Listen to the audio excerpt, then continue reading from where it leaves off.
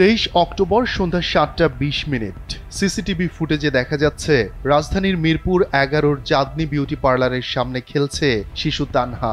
হঠাৎ এক ব্যক্তি এসে তানহার নাকের কাছে কিছু একটা ধরল। মুহূর্তে শিশুটি ওই ব্যক্তির হাত ধরে হাঁটতে শুরু করে, অথচ ওই ব্যক্তি সম্পূর্ণ অপরিচিত। ডেভিলস ব্রেথ বা শয়তানের নিঃশ্বাস দিয়ে এভাবেই চোখের পলকে নিয়ে যাওয়া হয় শিশু তানহাকে। 4 বছর বয়সী শিশু তানহা মাকে হারায় মাত্র 11 মাস বয়সে। শিশুটি বড় হয়েছে বাবা আর দাদা দাদির কাছে। ফুটেজ দেখার পর যেন আকাশ ভেঙে পড়ে পরিবারের ওপর। কারণ ওর মা নেই, বুঝছেন, মা নেই। আমরা অনেক কষ্ট পাইছি, এই যে কামযুগ করলো, কেন করলো? যার বাচ্চা সন্তান হারায় সে বুঝে এর ব্যথা যন্ত্রণা। দরবেশে যে একজন ফোন দিছিল, জিনের সেদিক থেকে আমার মেয়েকে এনে দিবে, এটা বলে টাকা নিছে। তানহাকে অপহরণ করেই বসে থাকেনি চক্রটি। জিনের বাদশা সেজে ফোন করে পরিবারের কাছে, সন্তানকে খুঁজে দেওয়ার কথা বলে 3 দফায় হাতিয়ে নেয় টাকাও। প্রথমত নিচে 510 টাকা, বলছে যে আমি যা তোমার মেয়ে কোথায় বা কি অবস্থা আমি দেখবো, দিলাম। তারপরে আবার নিল 2040 টাকা, তারপরে নিল আবার 510 টাকা, তারপরে তো টাকা দেওয়ার কথা ছিল। বিষয়টি নিয়ে কাজ শুরু করে র‍্যাব 4।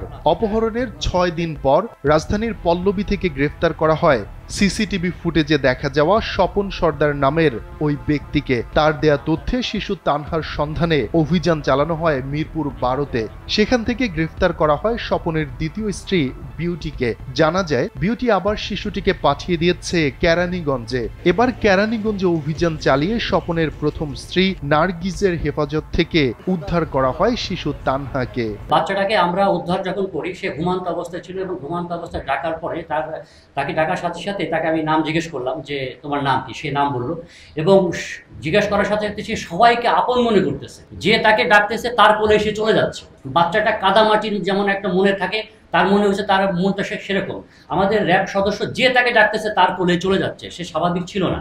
আধা ঘন্টা পরে তার যেহেতু তার মা নেই, তার বাবা এই চাইছিল, তার চাচা গিয়েছে। চাচা যাওয়ার পরে সে হাউমাউ করে, তখন তার সেন্স ফিরে আসছে। চাচাকে দেখার পরে সে হাউমাউ করে কান্নাকাটি শুরু করছে। র‍্যাব বলছে চক্রটি 2টি টিম হয়ে কাজ করে। একদল শয়তানের নিঃশ্বাস দিয়ে অপহরণ করে, অন্য দল অপহরণ করা শিশুকে নিঃসন্তান দম্পতির কাছে বিক্রি করে। বিক্রির আগে আবার জিনের বাদশা সেজে টাকা পয়সাও হাতিয়ে নেয়। এখানে খুব সুস্পষ্ট, এখানে ছিল তার প্রথম স্ত্রী, দ্বিতীয় স্ত্রী, ওখানে তার প্রথম স্ত্রী। কমপ্লিট একটা পারিবারিক বন্ডনেসে এই কাজগুলো করে যাচ্ছে। তাকেও আমরা একইভাবে জিজ্ঞাসাবাদ করি। জিজ্ঞাসাবাদ করার পরে সেও আমাদের কাছে স্বীকার করে যে তাকে বৃহস্পতিবারে এখানে অপহরণ করা হয় এবং শুক্রবারে এই বাচ্চাটাকে নিয়ে তারা কেরানীগঞ্জে চলে গেছে।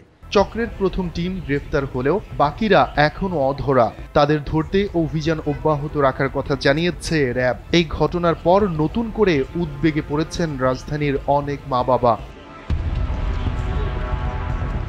শফিকুল ইসলাম শান্ত, NPB।